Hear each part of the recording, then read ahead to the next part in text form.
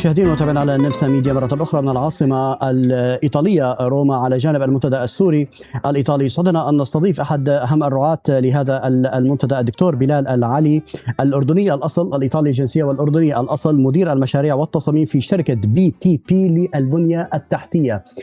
تحياتنا لك دكتور بلال. حياك الله، يا مرحبا دكتور بلال، أنتم قدمتوا رعاية لهذا المؤتمر السوري الإيطالي الأول من نوعه في عهد سوريا الحديثة. لربما شو اللي دعا شركتكم BTP لا ترعى هذا الموضوع لأي حد تروا أن سوق سوريا الجديدة واعدة للاستثمار؟ أولا بسم الله الرحمن الرحيم. إنه أولا من دواعي سرورنا إنه نشارك في إعمار سوريا. سوريا تعتبر بالنسبة لنا وبالنسبة لي أنا إنها بلدي الثاني. أنا من الأردن، من مدينة أربد، لذلك سوريا مش بعيدة عنا. شركة BTP شركة عالمية، شركة تعمل في دول عدة منها الدول العربية.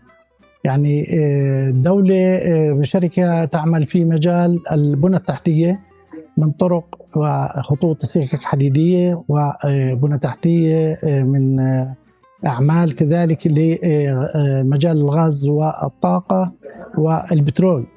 لذلك احنا كشركة تصميمية، يعني انت بتعرف انه حضرتك نعم انه احنا عندنا مشاريع ومشاريع قوية جدا وعملاقة. مشاريع في العراق، مشاريع في ليبيا، مشاريع في إيطاليا. من ضمن هذه المشاريع مشروع طريق التنمية اللي هو داخل العراق، والمكون من سكة حديدية لقطار سريع مزدوج 300 كيلومتر بالساعة بطول 1200 كيلومتر. كذلك طريق سريع يربط بينه وبين من ميناء الفاو الكبير على الخليج العربي إلى الحدود التركية العراقية السورية، منطقة فيشغابور. وكذلك طريق سريع. ما هي المرحلة اللي وصل لها هذا المشروع حاليا؟ نحن الآن في مرحلة التصميم النهائي. تصميمات النهائي نعم. يعني احنا بدأنا من دراسة ما قبل الجدوى الاقتصادية ودراسة الجدوى الاقتصادية والتصميم الأولي، والآن نحن في إطار الانتهاء من التصميم النهائي وإعداد أوراق المناقصات حتى يتم إحالة المشروع على المقاولين. وإن شاء الله راح يكون البدء بالعمل، لأنه كما تعرف أخي العزيز ميناء الفاو ميناء كبير جدا، يعتبر من أكبر الموانئ مستقبليا في العالم. سوف يعني الطاقة التشغيلية في النهاية راح تكون 25 مليون حاوية سنويا، بالإضافة إلى ما يقارب 48 مليون طن جميل من المواد الفل. هذا المشروع بما أنه عبارة عن نقطة ربط بين الشرق الأدنى وأوروبا، من العراق مرورا بتركيا وإلى أوروبا، إلى وجهات عدة منها ميناء هولندا الشهير. طبعا احنا هنا سوريا تعتبر كذلك كالعراق منطقة مركزية لنقل البضائع. فهون احنا في حالة عدنا للوضع السوري. إلى أي حد ترى يعني شركتكم يعني أو الشركة التي أنت مدير المشاريع والتصاميم فيها أنه من إمكانية تحقيق شيء من هذا المشاريع في سوريا مستقبلا؟ وإلى أي حد البنية التحتية حاليا في سوريا، والتي نعرف جميعا أنها هي في حالة دمار شبه كبير، أنا أقول كلي مشان ما نكون سلبيين، في دمار كبير. إلى أي حد هذا شيء قابل؟ طبعا سوريا مرت بظروف عصيبة جدا من 2011 إلى قبل عام تقريبا. سوريا كان دائما في حرب. للأسف جميع البنى التحتية في سوريا تم تدميرها، ليس البنى التحتية، كمان البنى الفوقية، لأنه كمان المستشفيات. ممكن تعطينا دكتور بحكم خبرتك يعني سمي لنا المصطلحات، يعني شو بتقصد بالبنى التحتية والبنى الفوقية مشان احنا نكون بس قريبين للمستمع أكثر؟ البنى التحتية هي البنى التي على مستوى الأرض، التي تستخدم للنقل، على سبيل المثال الطرق، خطوط السكك الحديدية، المرافق اللي تحت الأرض، الصرف الصحي، تصريف المياه الأمطار، الخطوط المياه، الألياف البصرية، المطارات، الموانئ. جميع هذه الخطوط، خطوط التليفونات، كلها بنى تحتية تعتبر. ما فوقها هو بنى فوقية بناء، كمساكن، كمستشفيات، كمدارس، هاي الأمور نعم. تعتبر فوقية. نعم. لذلك سوريا جميع البنى التحتية والفوقية تم حسب دراسة للبنك الدولي تدمير ما يقارب 48% منها. طبعا حتى اللي لم يتم تدميرها هذه المرافق، بما أنها مرت بمرحلة 15 سنة تقريبا، هي مرت هاي المرحلة 15 سنة من 2011 إلى 2015 بدون صيانة، تعتبر كذلك في منطق الانهيار. لأنه أي بنية تحتية حتى تستمر في إعطاء نتائج لازم دائما تكون إلها في جداول صيانة سنوية مستمرة، صيانات عادية وصيانات غير عادية. الصيانة العادية اللي هو عم يكون فيها أضرار بسيطة، الغير عادية لما يكون فيها انهيارات، نعم. يعني سبب الأمطار أو سبب الضرب. وخاصة إنه على سبيل المثال الطرق اللي معمولة في سوريا كانت معمولة للعربات والمركبات والشاحنات. نعم. الآن في خلال مرحلة الحرب تم مرور عليها دبابات، مجنزرات. هذه المجنزرات دمرت جميع هذه البنى التحتية. نعم. نعم. يعني المناطق اللي لم يتم قصفها من الجو تم تدميرها عن طريق الشاحنات الثقيلة والمدرعات. دكتور بلال، يعني برأيك، بتقديرك، باعتبار مثل ما تفضلت البنى التحتية شبه مدمرة والغير مدمرة غير صالحة، إلى أي حد دولة مثل سوريا ناشئة بعد هذا الصراع الطويل قادرة لإعادة هذا البناء، أم أن الموضوع يحتاج إلى تدخل دولي، مؤتمرات إعادة الإعمار بشكل حقيقي؟ نعم. أول شيء أكيد 100% إنه لازم يكون في تدخل سواء من الخارج ومن الداخل. سوريا لازم أول شيء تنتهي من عملية العقوبات حتى يصير الدخول والخروج إلى سوريا والتعامل مع سوريا من الطرف المالي يكون سلس بدون أي معوقات.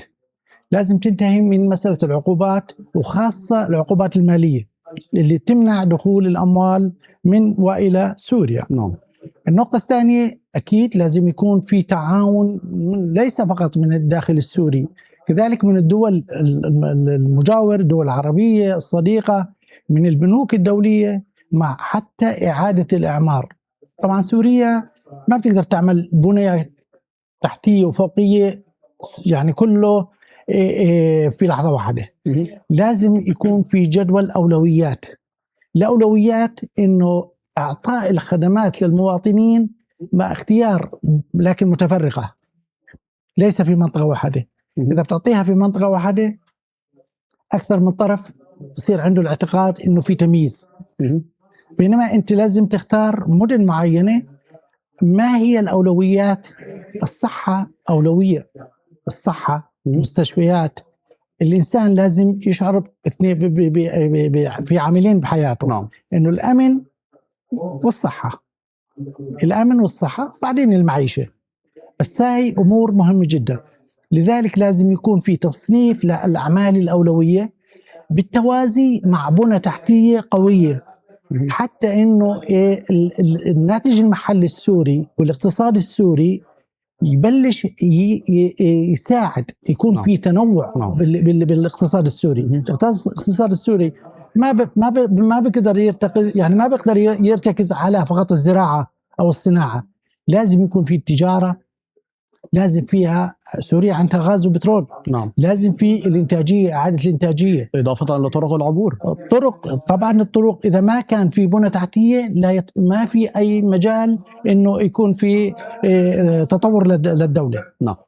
حتى أنا امبارح بالاجتماع أنا ضربت على سبيل المثال مثل إنه القطار فائق السرعة ل 300 كيلومتر بالساعة. إحنا لو نحكي سوريا من الغرب اللاذقية والشرق عندنا دير الزور أو الحسكة، إذا إنه المسافة تقريبا 800 كيلومتر. نعم. تقريبا 800 كيلومتر إذا بتأخذها بوسائل النقل العام في سوريا الآن. نعم. يمكن أنت بحاجة ل 14 ساعة حتى تصل، أو 15 ساعة.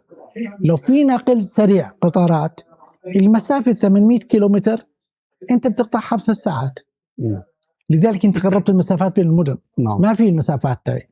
لذلك المدن انت على سبيل المثال خذ بمعنى ايطاليا، اخر استثمرت بالوقت. استثمرت بالوقت واستثمرت انه كمان ايدي عامله، انت بتبلش بتنتج جيل ايدي عامله انه عنده استعداد ينتقل لمدينه ثانيه يشتغل، لانه بيقدر يطلع صباحا ويرجع المساء على بيته حتى والمسافه 300 كيلومتر.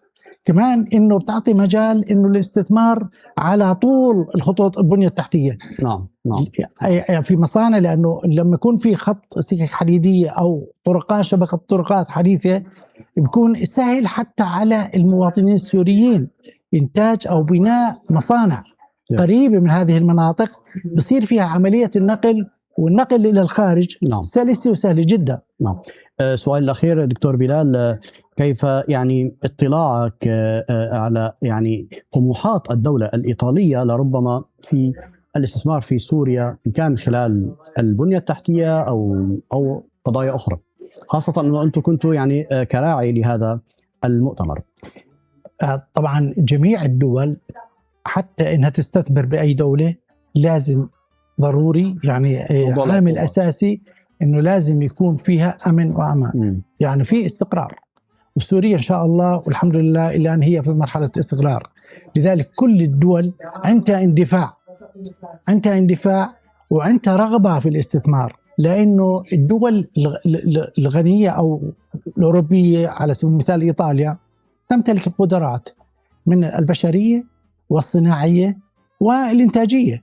لذلك الخبرات اللي تمتلكها بتسهل عليها عملية أنها تستثمر بدولة كسوريا، لأنها دولة كانت عريقة وكان فيها أيدي عاملة وكان فيها عقول.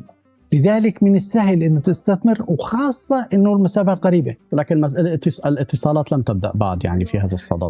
اتصالات لازم تكون على مبدأ عالي. يعني لازم يكون في أول شيء التهدئة هاي يتبعها عملية أنه ربط علاقات وعلى أنه يصير فيها تبادل.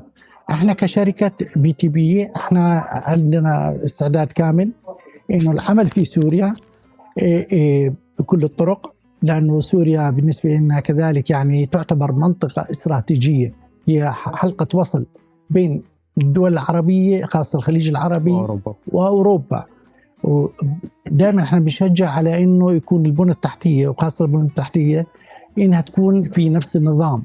مثلا احنا القطارات اللي بنصممها حسب النظام الاوروبي اللي هو TIS، اللي هي Technical Specification Interoperability.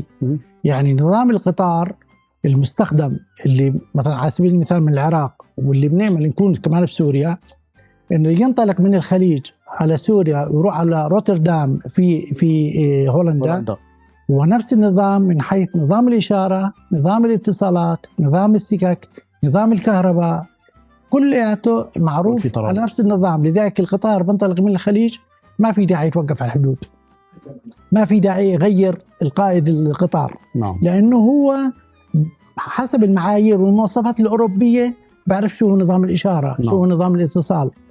هاي الأمور مهمة جدا.